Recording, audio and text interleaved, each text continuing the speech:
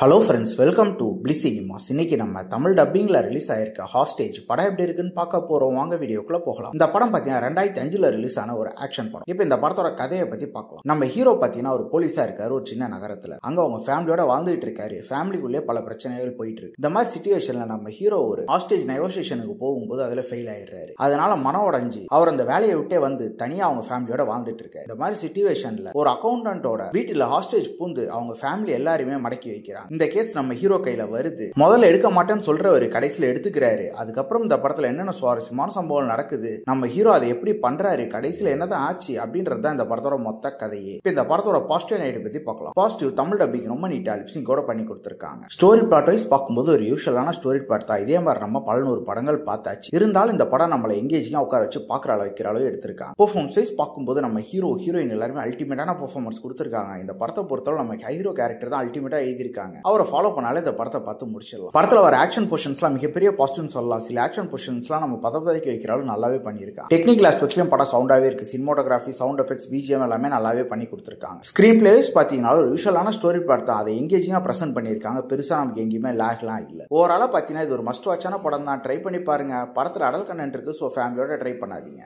இன்னொரு வீடியோல சந்திக்கலாம். தேங்க்யூ.